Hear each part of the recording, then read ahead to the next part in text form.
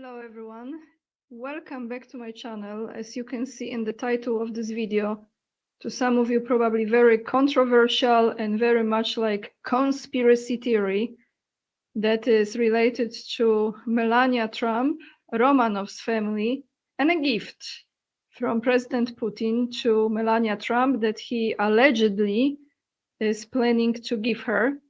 It's just a rumor. However, I would like to address this topic in the second part of this video.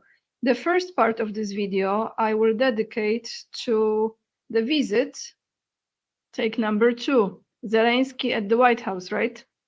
So this is what's happening today. He's not coming alone.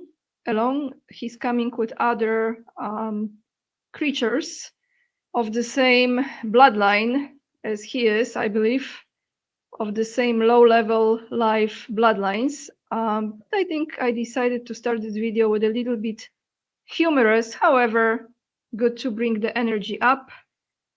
A recap from what's going on. This is a very sweet summary of the current situation.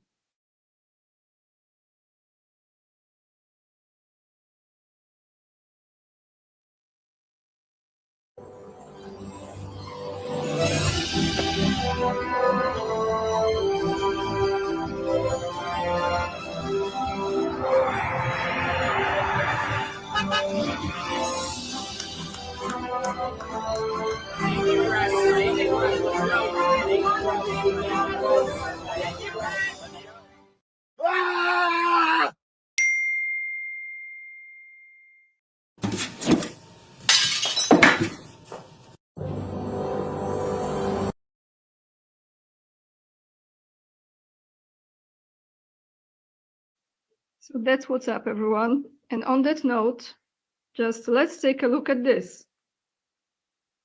This is from Ukraine. Let me find it. Russian TV dropped a bombshell video of Pentagon armed personnel carried in Ukraine. What do you see? The Russian flag and the US flag right next to it.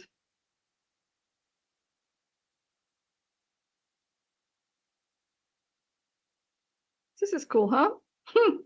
According to RT, the video is from Battle Against Zelensky, a reference to Ukraine.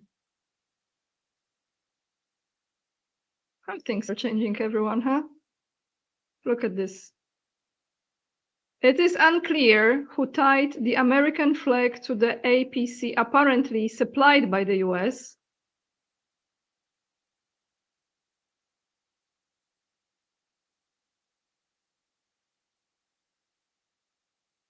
The APC was captured by Russian forces from the Ukrainian military, Russian TV reported. It's amazing, this whole situation, how this is changing, huh? Right before the meeting. US M113 armed personnel carrier pictured near Malaya Tokmachka, Zaporozhye region. So there we have it. I will attach the link down below in the description box. You can look at it again if you want to. But now let's go to what Trump has just said about this coming meeting. And I think he already gave message to Zelensky. So let's read this. This will be from TASS. From today, August 18th, Zelensky can end conflict by abandoning claims to Crimea and NATO membership. That's what Trump said. Let's read it.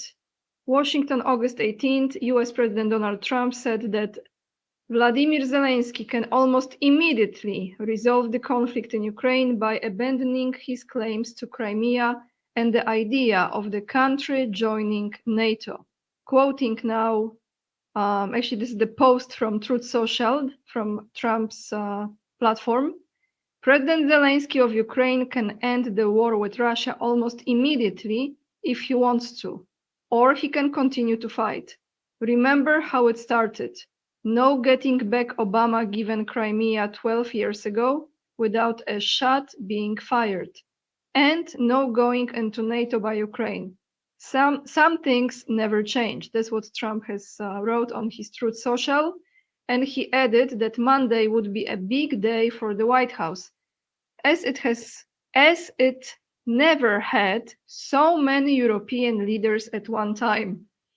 So many European creatures. Well, you know, they have nothing to do with Europe. I think they have no sense of belonging anyway to any continent. It's just demons are demons and reptiles are reptiles. Zelensky is to meet with Trump in Washington on August 18, so today. French President Emmanuel Macron, so of course his BFF slash maybe lover, you know, comes with him. British Prime Minister, oh, another one for the triangle. Minister Keir Starmer, German Chancellor Friedrich Merz, and Italian Prime Minister Giorgia Meloni.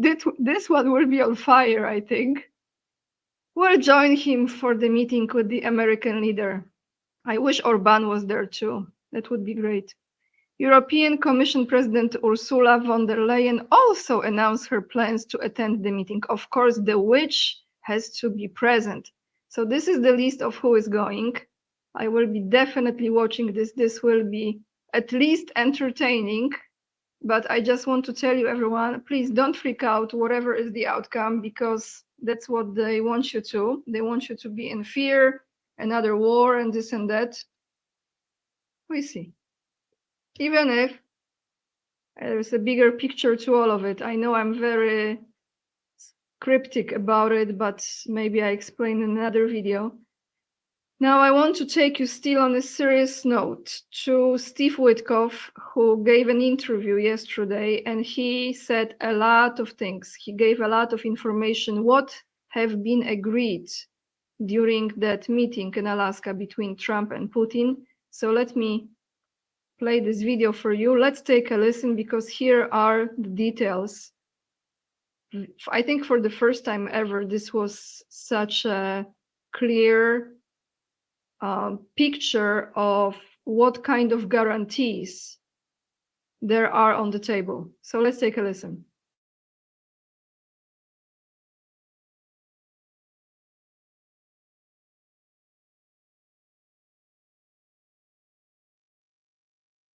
Ambassador Witkoff, always good to have you on. Thank you so much. So President Trump called this an extremely productive meeting and said many points were agreed to. You were in the room. Can you give us 2 specific points that were agreed to?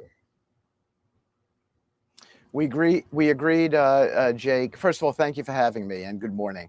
We agreed to robust security guarantees that I would describe as game-changing. We didn't think that we were anywhere close to agreeing to Article 5 protection from the United States, in legislative enshrinement within the Russian Federation, not to go after any other territory when the peace deal is codified, legislative enshrinement in the Russian Federation, not to go after any other European countries and violate their sovereignty.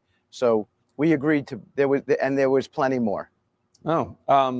Here's what President Trump said going into the meeting about the need for a ceasefire. Let's roll that tape.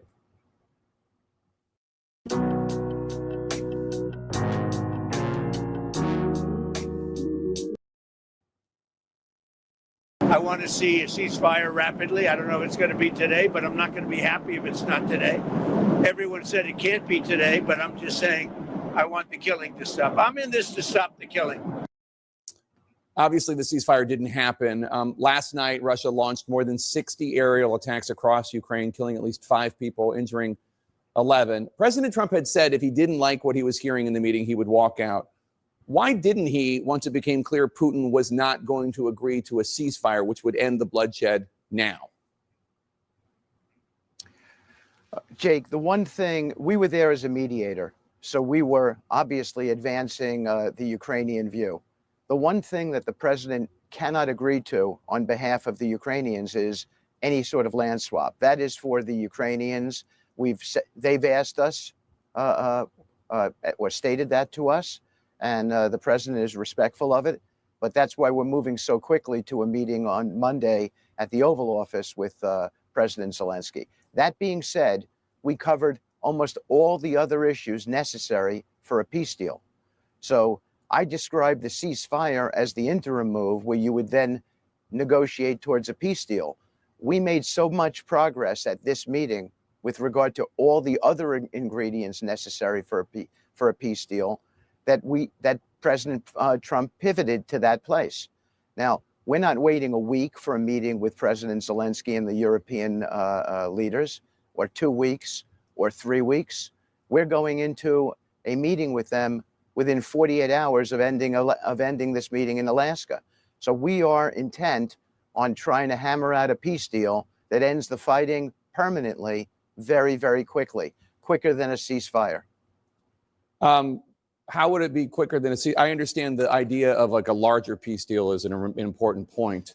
But it was President Trump that had said that he wanted a ceasefire agreed to at the meeting on Friday, and he didn't get it. And there are now 5 Ukrainians who are dead because the Russians continue to bombard Ukraine. I still don't understand how not getting the ceasefire deal is a win. I understand the idea of wanting this bigger package, of course, but a ceasefire would at least stop the bloodshed right now. Jake, the thesis of a ceasefire is that you'd be discussing all of these issues that we resolved in Alaska. You'd be discussing security guarantees. There's not a person on the European team who didn't acknowledge that we made substantial progress at this meeting. We certainly did. So we cut through all kinds of issues that would have to be discussed and agreed to during a ceasefire period. The fundamental issue, which is some sort of land swap, which is obviously ultimately in the control of the Ukrainians, that could not have been discussed at this meeting. We intend to discuss it on Monday. Hopefully we have some clarity on it, and hopefully that ends up in a peace deal very, very soon. So Trump told Fox that he and Putin, quote, largely have agreed on, unquote, land swaps. And sources tell CNN that President Trump told European leaders that Putin will agree to end the war and not attack Ukraine or other European countries, as you mentioned earlier, in exchange for Ukraine ceding the entire Donbass region to Russia, including territory that isn't even currently occupied by Russian forces. Is that accurate? Is that what's on the table? But Ukraine has to agree to cede all of Donbass? I think, look, I don't know that we have the time now to go through all the different issues on these 5 regions. There are 5 regions here. It's always, in our view, been the crux of the deal. Those 5 regions, the Russians have previously said that they wanted it at the administrative lines. The administrative lines are the actual legal boundary lines as compared to the contact lines. The Russians made some concessions at the table with regard to all 5 of those regions. There is an important discussion to be had with regard to Donetsk and what would happen there. And that discussion is going to specifically be detailed on Monday when President Zelensky arrives with his delegation and some of the other European leaders. And hopefully we can cut through and make some decisions right then and there on that. What more Russian concessions can you tell us about? Because obviously ceding land up to the administrative line is not a small thing for Ukraine to agree to. You said that Russia would agree to legislatively saying they wouldn't seize any more land in Ukraine past the administrative line, that Russia agreed to legislatively assert that they will not attack any other European countries. What other concessions from Russia might there be? They made some other concessions on several of the regions. I'm not going to discuss it now. The Ukrainians are aware of it, as are the Europeans, and it was significant, and that doesn't mean it's enough.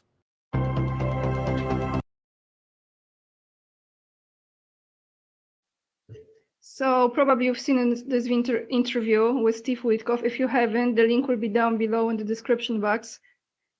There were already some very, very important agreements as far as, I believe, the no entering NATO, how Russia is going to protect her borders, how that will look like. I think it's very clear. We all know by now. But I just want to show you how Ukraine is preparing for this, how Zelensky is preparing for this meeting in the White House. So this is from the foreign minister of Hungary, Peter Sziarto. So what just happened? Well, NATO gas pipeline was attacked. Supplies to Europe were halted. And guess who did it? So Peter Sziarto writes this. Ukraine has again attacked the petroleum pipeline to Hungary, resulting in the petroleum transportation to our country to a halt. Another attack against our energy security is outrageous and unacceptable. Pavel Sorokin, Deputy Minister of Energy of Russia, has just informed that Russian specialists are trying to restore the transformer station, which is essential for the operation of the pipeline, as soon as possible. Is not yet able to say when the shipment will be resumed. Brussels and Kiev have been trying to push Hungary into the war in Ukraine for 3.5 years, and the increasing number of Ukrainian attacks against our energy security are aiming at this. So let's be clear again. This is not our war. It's none of our business. We want to stay out of it. As long as we are in power, we will stay out of it. So this is the gift from Zelensky to Hungary to jeopardize the energy. Are we surprised? I don't think we are. Let me see if I have anything else as Zelensky goes. No, but I have a recap from President Putin about that meeting in Alaska. So let's listen to Putin for a moment.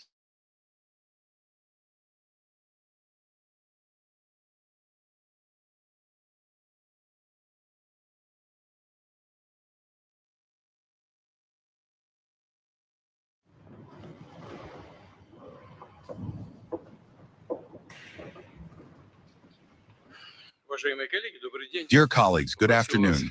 I asked you to gather here in order to inform you about the results of our visit, the visit of our delegation to the United States, to Alaska.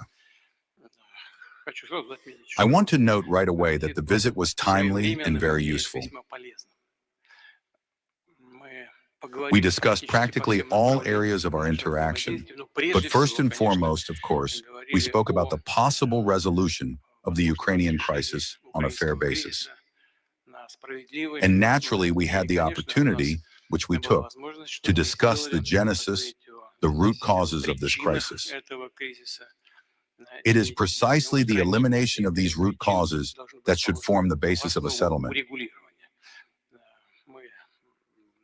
It has been a long time since we have engaged in direct negotiations of this kind at such a level.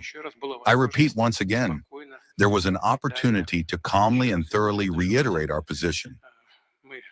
We, of course, respect the position of the American administration as well, which sees the need for a swift cessation of hostilities. Well, we would also like that and would prefer to move toward resolving all issues by peaceful means. The conversation was very frank, substantive, and, in my opinion, it brings us closer to the necessary decisions. I will now provide a detailed account of the entire course of the discussion. If there are any questions, I will be happy to answer them.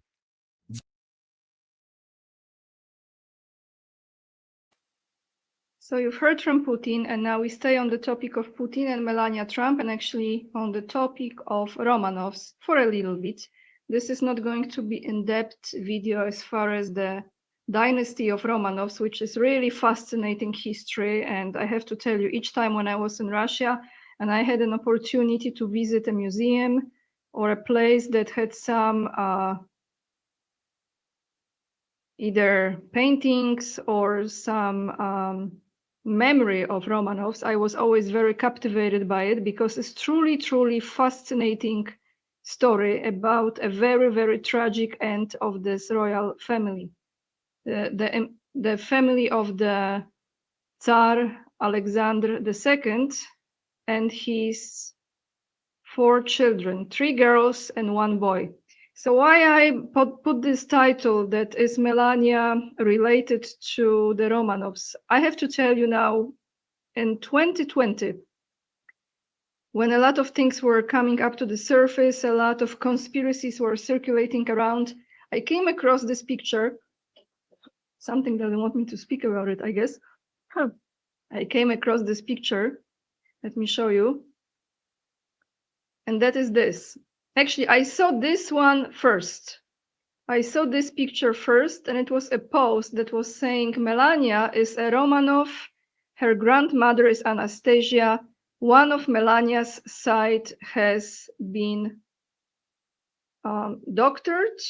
She is Slovenian Russian. I am friends with Mindy Romanov. 3 Romanov boys were put on a ship from Russia, etc., etc. Anyway, I focused on the pictures. Then I came across this one here. So if this is the original picture of Anastasia and Melania next to it, and the face features, as well as this one here. And why I'm showing this to you guys, let's just take a look at the full family here. This is the entire family. We have Tsar Nikolai, and did I say Alexander? I'm sorry if I made a mistake. I think this was Tsar Nikolai and his wife. 4 girls, I think, was it? 4 girls and 1 boy.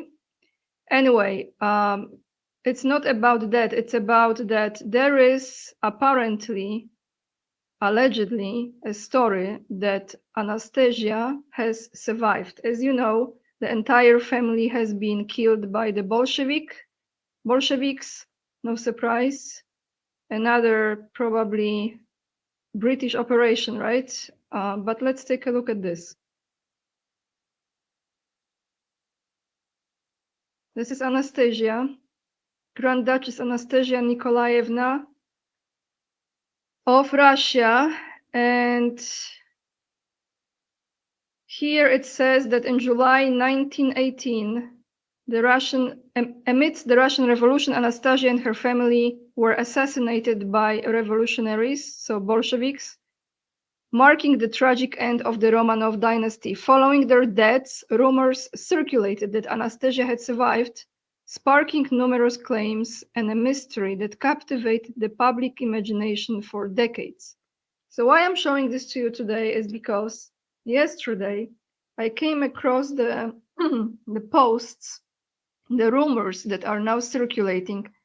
I couldn't find, well, I found the article, but I was not able to open it for you. It was just bouncing back right away, so I don't have it. And in that article was stated that allegedly President Putin is going to gift Melania emerald ring, I think, or one of the jewelry pieces that belonged to the Romanovs family. So this is just a rumor, okay?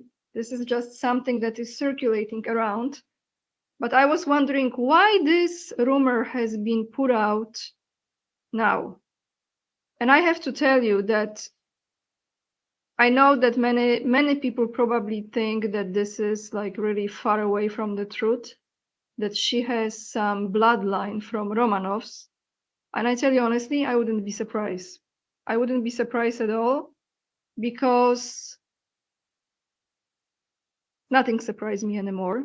And when I saw this for the first time, I could tell that definitely there were some similarities as far as the face features, but I think there is more to it. There is something that we might soon know about.